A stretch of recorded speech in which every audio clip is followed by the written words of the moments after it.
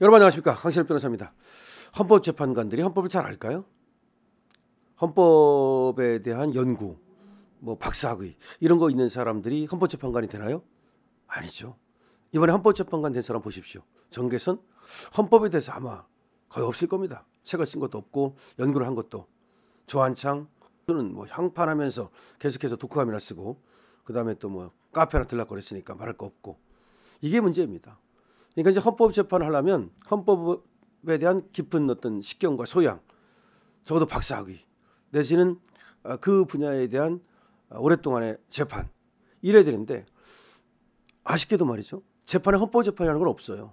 재판은 민사재판, 형사재판, 가사재판, 행정재판 이런 건 있어요.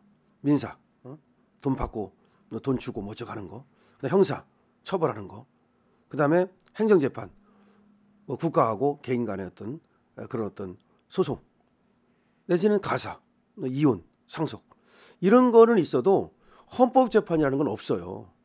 헌법을 놓고 싸우는 그런 재판은 다 이 민사나 이런 데서 또는 행정, 형사, 가사에서 다 해결되거든요. 저 헌법규범이라는 것은 최고규범일 뿐, 헌법규범이 바로 국민들을 규율하는 것은 아니거든요. 이 헌법의 이념이 다시 민사, 형사, 가사, 행정 이렇게 구체화되는 거니까요. 그러다 보니까 이 헌법재판은 여기에 대해서 문외한들이 가가지고 헌법재판을 하는 수가 많아요. 그래서 문영도가 이번에 큰 사고를 썼잖아요. 어떤 사고? 권한쟁의 심판하면서 당사자 적격도 없는 국회가, 이 지금 국회의장이 당사자 적격이 없는 국회의장 우원식이가 권한쟁의 심판을 한 거를 놓쳤잖아요. 그래서 불과 선고하기 2시간 전에 선고를 거둬들인 거 아닙니까? 대형 사고죠. 근데 그것도 자기들 스스로 깨달은 게 아니라 이인호 수강대 로스쿨 교수가 그거 잘못됐다. 권한쟁의 심판은 국회 대 대통령인데 왜 개인 국회의장 우원식이 이름으로 하느냐.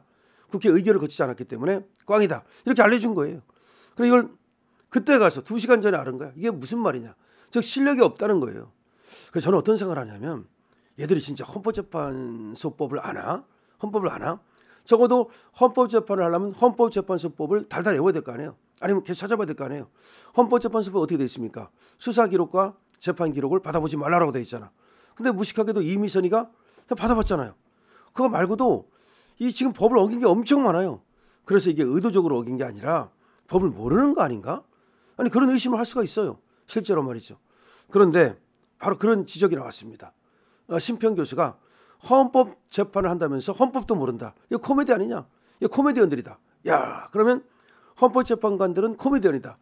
그래서 헌법재판소는 헌법재판을 하라. 딴짓하지 말고. 그렇게 지금 글이 나왔기 때문에. 자, 그래서 얘들이 도대체 얼마나 이 문제가 있는지를, 헌법재판관들이 하는 사람들이 헌법에 대해서 정말 모르고 재판을 한다는 거 깜놀이죠. 경악스럽죠. 자, 글을 한번 통해서 우리가 그 하나하나 보도록 하죠. 헌법재판소는 헌법재판을 해야 된다. 그렇습니다. 일반의 상식으로는 헌법재판소 재판관들의 헌법적 식견이 아주 높을 것으로 생각을 한다. 그렇죠. 그렇게 생각하죠. 그러나 미안한 말이지만 이는 착각이자 오해이다. 헌법재판소의 재판관들로 임명되기 전에 그들은 헌법에 관한 전문적인 지식을 쌓을 경험이 거의 없다. 한병채 초대 헌법재판소 재판관이 헌법재판에 관해 개략적으로 책 한 권 쓴 것으로 기억하는데, 그 이후 헌법재판관들이 쓴 저작이 거의 없다.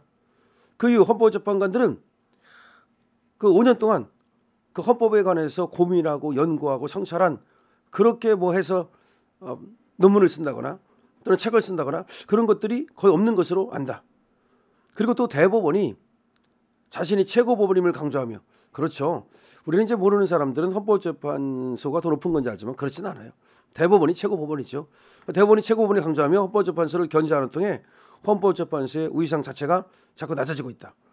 그러니까 이제 대법원은 헌법재판소를 한 등급 낮은 것으로 봐요. 이제 원래 엘리트가 이제 대법관이 되거든요. 대법원장이 되고 그런 겁니다.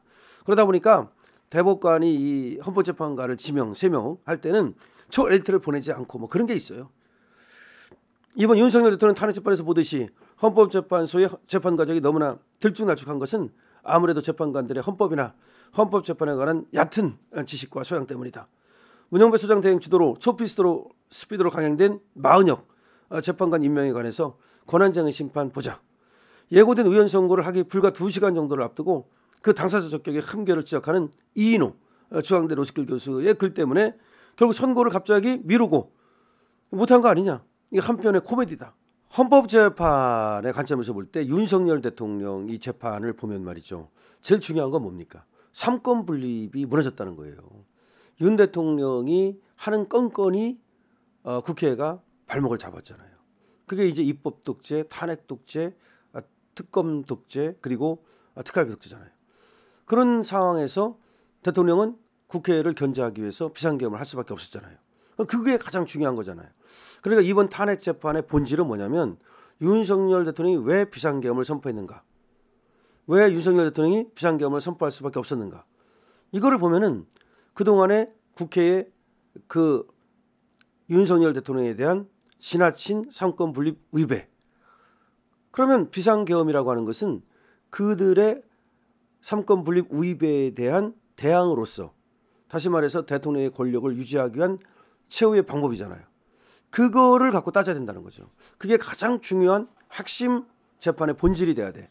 근데 지금 재판 뭐 하고 있습니까? 끌어내라고 했냐 안 했냐, 국회를 봉쇄했냐 안 했냐, 국무회의가 있었느냐 없었냐, 무슨 뭐 또 그 단전 단수를 했냐 안 했냐, 뭐 하여튼 이런 지엽적인 걸 가지고 따지고 있잖아요. 그런데 원래 가장 중요한 것이 뭐냐면 국회의 권한과 대통령의 권한, 그리고 국회의 권한 남용, 그리고 대통령의 그 권한 남용에 대한 견제와 방어. 그러면 그 견제와 방어가 삼권 분립을 유지하기 위한 적절한 방법이었나? 아니면 이것이 그 도를 넘는 것이었나? 그래서 그걸 따져야 되는 거예요. 지금 계엄을 했다고는 하지만 계엄이 내란이 아닌 건 누가 봐도 분명해요. 계엄에 의해서 누가 다친 사람도 없고 한 사람 죽은 사람도 없고 뭐가 파괴된 것도 없어요. 그러면 이제 계엄을 발동했는데 계엄을 발동하게 된 이유, 발동의 요건, 뭐 이런 것들이 이 사건에서는 중요할 수밖에 없어요. 근데 뭐 끌어내려고 했냐 안 했냐, 뭐 체포를 하려고 했냐 안 했냐, 이런 것들은 사실은 그냥 지엽적이고 부수적인 거기 때문에 가사 그런 얘기가 있었다 하더라도 그거는 그냥 하나의 권한 남용밖에 안 돼요. 근데 대통령은 말이죠, 내란죄가 아니라면, 그리고 외환죄가 아니라면 형사소추에서 제외돼 있거든요. 그러면 형사소추에서 그런 것들이 제외돼 있다는 건 그렇게 큰 게 아니면 탄핵도 시킬 수 없다는 얘기예요. 그런 것만 기소를 할 수 있다는 얘기는 그런 게 아니라면 대통령을 탄핵할 수 없다는 얘기로 봐야 된다고요. 그러면은 지금 그렇게 내란이라는 것이 확인되지 않는 상황에서 지엽적인 것만 가지고 이걸 따질 게 아니라 삼권 분립의 붕괴라는 차원에서 지금 입법권을 가진 국회와 행정권을 가진 이 대통령 간의 이 갈등, 그리고 이 견제와 균형, 여기서 대통령이 이 비상계엄을 선포한 것이 타당한 것인가 라고 하는 관점에서 봐야 되는데 그런 건 하나도 안 봐요. 그러니까 삼권 분립이니 내지는 권력의 균형과 견제니 권력의 남용이니 이런 거 하나도 안 봐. 그냥 무슨 국무회의가 있었냐 없었냐, 내지는 무슨 끌어내라고 했냐 안 했냐, 국회를 봉쇄했냐 안 했냐, 무슨 뭐 포고령이 오르냐 마르냐, 이런 지엽적인 걸 가지고 판단한다는 점에서 이번에 헌법재판관들은 도대체가 이 헌법을 알고 재판을 하는 것인지 의심스럽다, 그런 말입니다. 지금 한다는 것이 말이죠, 증인신문 절차에서도 그렇고 지금 계속해서 형사소송법을 갖다 내팽개치고, 도대체 그러면 형사소송법을 내팽개치면은 원래 헌법재판소법에는 형사소송법을 준용하도록 돼 있는데 그럼 뭘 갖고 지금 재판하겠다는 거예요? 그걸 지금 심평 교수도 지금 지적을 하고 있습니다. 지금 헌법재판관들이 소송지휘권이라 그러면서 이것이 마치 초월적인 권리인 것처럼, 법 위에 존재하는 것처럼 이렇게 떠들고 있는데 그것도 굉장히 잘못된 것이고, 결국 헌법재판관들이 이념적 편향성, 특정 정당과 유착, 이런 것들을 사실상 노골적으로 내보내는 게 아니냐, 이러면서 헌법재판소의 위상이 차마 얼굴을 들을 수 없을 정도로 참혹한 수준으로 떨어졌다, 이렇게 심평 교수는 지적하고 있습니다. 심평 교수는 끝에 가서 이렇게 말합니다. 내 스승이신 고 김철수 교수가 헌법재판소 제도를 만들기 위해 평생 노력하신 것이나 내가 헌법학을 전공한 젊은 법관으로서 당시 헌법개정특위위원회에게 한 보따리 참고 자료를 건네며 그중에서도 꼭 헌법재판소 제도만은 만들어달라고 신신당부한 것이 지금 와서 보면 모두 허망하기만 하다. 이제라도 깨인의식을 가진 헌법재판관들이 문 소장 대행이 유치하고 편집증적인 재판 운영을 과감히 박차고 나와 진정한 헌법재판을 실현하려고 애쓰기를 바란다. 그러지 않으면 헌법재판소는 누가 손대지 않아도 스스로 가루가 되어 공중에 흩어져 버릴 것이다. 이런 얘기입니다. 결국 헌재 의상이 지금 바닥을 치고 있는데 그건 문영배 같은 사람들 때문이다. 이게 어느 특정 정당하고 유착이 돼가지고 말이죠. 헌법재판의 이념을 전부 망가뜨리고 지금 소송지휘권이라든지 이런 것들을 남용하면서 그리고 법까지 어겨가면서 편향된 재판을 하고 있다는 겁니다. 어떻게 재판관들이 말이죠. 이념 편향적인 모습을 보이고 특정 정당과 유착해가지고서 말이죠. 재판을 하느냐 이런 얘기죠. 재판 진행 과정을 보면 법 절차를 다 무시해버립니다. 증인신문도 이것도 사실은 많은 것들을 무시했는데 그래도 거기만 집착을 하고 있어요. 증인신문 해가지고 나올 게 뭐가 있습니까? 검증과 감정은 왜 안 합니까? 지금 윤 대통령 탄핵 재판이 엉망진창이 돼버렸어요. 그러니까 본질적인 쟁점, 다시 말하면 상권 분립, 대통령의 권한, 국회의 권한, 권한 대 권한의 충돌, 그다음에 권한의 이 어떤 견제 과정에 있어서의 위법적인 요소가 있었는지 뭐 이런 것들을 봐야 되는데 그게 하나도 없다.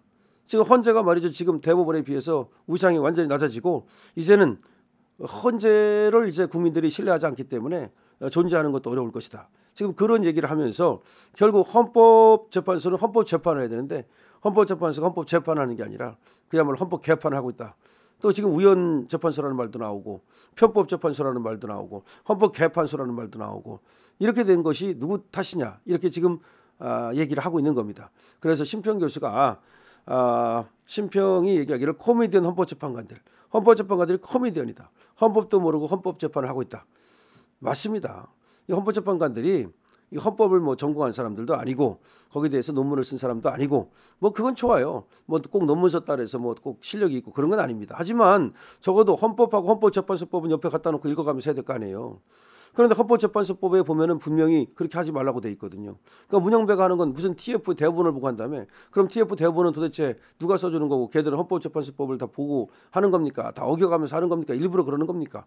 그다음에 헌법 재판을 하면 헌법을 좀 하면 뒤져봐야 될 거 아니에요. 헌법이 뭔가, 대통령이 뭔가, 국회가 뭔가, 대통령의 권한이 뭔가, 비상대권이 뭔가, 비상계엄이 뭔가 뭐 그런 생각 하나도 없어. 그냥 취업적인 거. 무슨 조그만 재판하듯이 뭐야. 무슨 뭐 도둑질한 재판하는 거야? 무슨 명예훼손 재판하는 거야? 하는 게 그냥 무슨 뭐 포고령이 있었냐 없었냐 뭐 봉쇄를 했냐 안 했냐 그렇게 말했냐 안 했냐 무슨 뭐 끌어내라고 했냐 뭐 의원이냐 요원이냐 솔직히 뭐 그것도 따지긴 따져야 되겠습니다만은 그거 따진다는 그런 재판인 자체가 웃기는 거예요. 그게 그렇다 한들 예를 들어서 그래 니들 얘기가 맞다고 쳐 그걸 끌어내라고 했다고 쳐 그렇다고 대통령을 끌어내릴 만큼 그게 잘못된 사유인가? 그렇지 않아요. 왜 도대체 내란죄, 애완죄를 제외하고서는 대통령을 갖다 탄핵소추를 형사소추를 못하게 만들어놨겠어요. 형사소추를. 예를 들어 대통령이 살인을 했다고 쳐. 얼마나 큰 죄야. 그래도 내란죄와 애완죄가 아니면 소추 못하도록 돼 있는 거예요. 살인을 저질러도 심지어. 그럼 그건 나중에 끝나고 나서 임기 끝나고 나서 따지라 이 말이야. 그만큼 대통령이라는 자리가 막중하기 때문에 특별한 권한과 임무를 준 거예요. 그런데 그냥 뭐 아무것도 아닌 지엽적인 거 가지고 그거 가지고서 그랬는지도 안 그랬는지도 모르는데 그랬냐 안 그랬냐 그거 갖고 지금 세월을 다 보내고 있으니 참 한심하다. 이런 얘기입니다. 헌법재판관들은 뭐 들으면 또 기분 나쁠지 모르지만 적어도 이 사건은 상권 분립의 관점에서 대통령의 어떤 이 상권 분립을 어기는 그런 시도가 있었는지. 근데 그거는 사실은 말이죠. 쟤들이 먼저 대통령의 국가기관을 마비시켰기 때문에 그건 방어적 차원으로 봐야지 공격적 차원으로 볼 수도 없는 겁니다. 자, 심평 교수 이 말 헌법재판관들이 들을 겁니다. 듣고서 정신 차리기 바랍니다. 강신업 TV입니다.